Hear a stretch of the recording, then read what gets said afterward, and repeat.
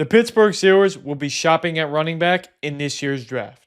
Yes, Jaylen Warren might receive a free agent tender, but the writing is on the wall for Najee Harris, and that means the team is going to need a new lead back.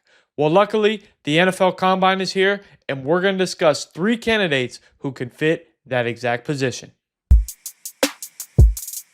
Hey everyone, Rob Gregson of A to Z Sports Pittsburgh, and today we're going to break down 3 running backs to watch for the Steelers at this year's NFL Combine. It starts with none other than Ashton Jeanty. Look, I know Daniel Jeremiah just put out a mock draft that had Jeanty going to the Steelers at 21st overall. The truth is, if Jeanty were to last that long, it would be very surprising. We're talking about a player who many believe should have won the Heisman Trophy and was one of the most dynamic and electric running backs in recent memory. This guy makes absolutely everybody miss at any level. He's impossible to tackle. He has a low center of gravity. He's stout.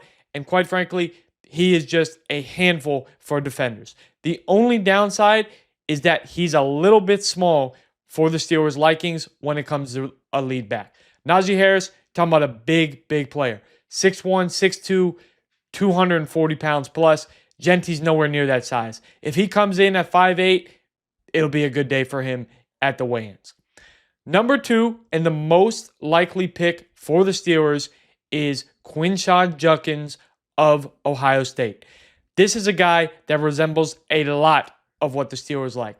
Comes from 2 powerhouse programs after transferring from Ole Miss to Ohio State, just won a national championship, and has the makings of a lead back. Sure, he's not going to blow everyone away and run a 4.2 or 4.3, but he's big, he's powerful, he's stout, he has good vision, he has enough burst to get through the line of scrimmage, and like Najee Harris, he's going to fall forward, he's going to get the extra yards.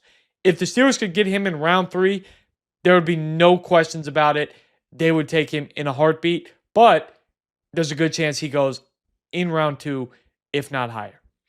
And number 3 is a late round pick to keep your eye on.